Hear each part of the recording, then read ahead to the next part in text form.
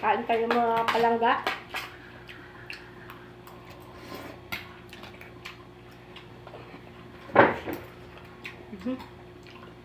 Ang ulam namin ay kalabasa na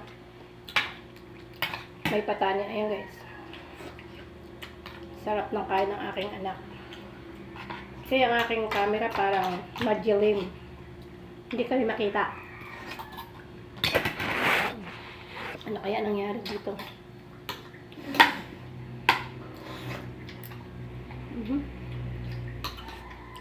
Napakasarap po ng patani. Napakabango.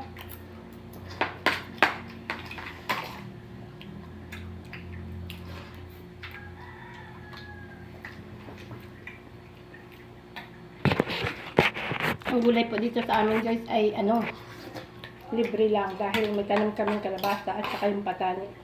Saka yung may mga pichay. Sitaw, kahit pakunti-kunti. Mayroon.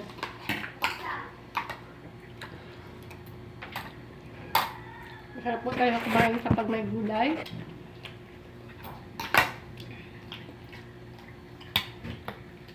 Ang pinipili lang ng anak ko ang yung patani. So, nasa kalabasa.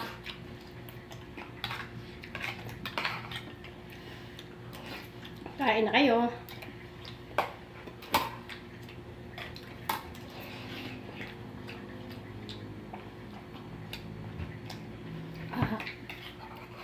Nakadami ko ito yung kanin.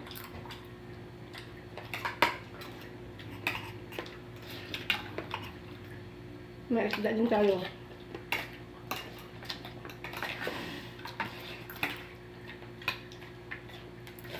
Ayan. Parang paunahan na naman kami ng Terence.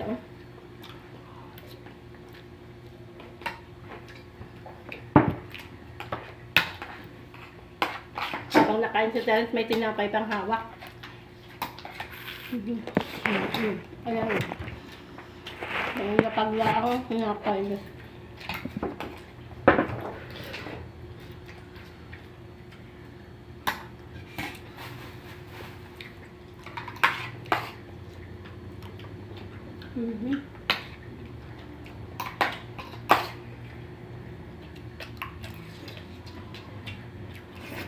Masarap po ng gulay. Grabe.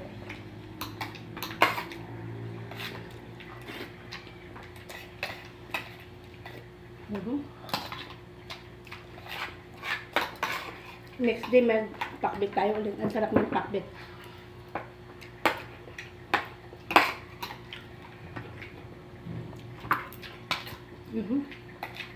Ang bakwa.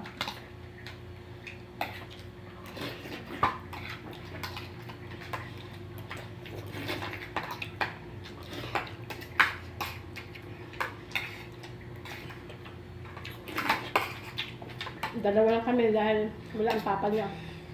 Ay trabaho.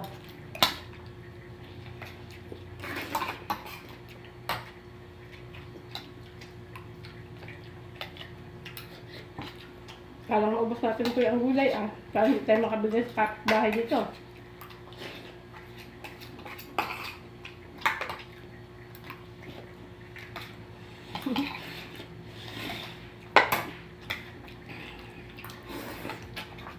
Sarap kumain ng anak ko. Panoorin niyo kung kumain ng gulay. Ang anak ko po ay siya po ay PWD, kaya kung mapapansin nyo, kakaiba siya. Hindi siya makikita ang niya, sa kao sa physical na anyo. Hindi lang siya nagsasalita. Pero marunong siya kumain mag-isa. Ayan. Kanin pa.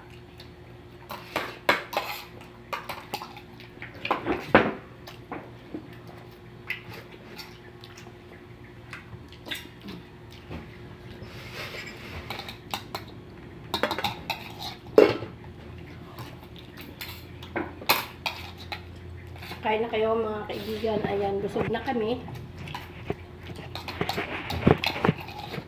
Salamat sa inyong panonood. Aba. Inubos nga po ang gulay. So, kukuha pa tayo doon, Toy. Sabi ng kapitbahay, ha?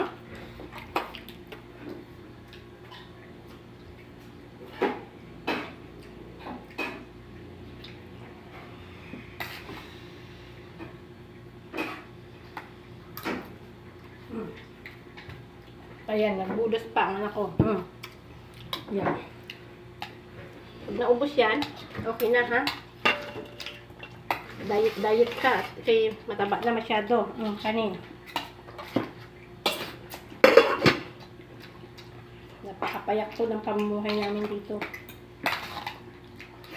Simple. Simple kasi hindi kami mayaman. Tama lang, nakakakain lang sa 3 beses sa isang araw. Minsan nakaka-4 kapag may merienda.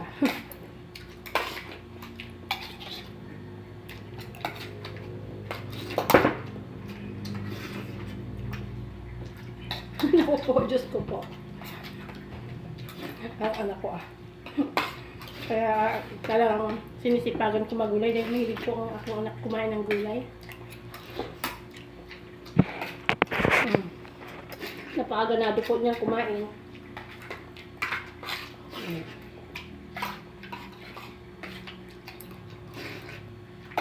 Bagong gising lang po yan si Terence, mga mami. Apo, naku. Kasi yung nasa pinggan ko, kinukuha. Diyos ko dahil.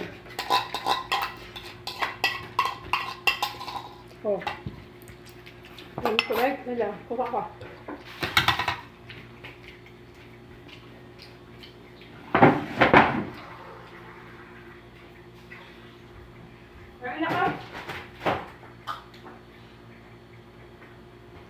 May bit-bit pang tinapay.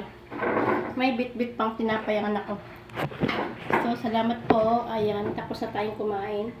God bless you po. Salamat sa Panginoon at ito'y binigyan tayo ng lakas sa araw-araw at saka binigyan tayo ng blessing sa araw-araw. Pinagpapasalamat natin yan, guys. Thank you for watching, mga kaibigan. Yan.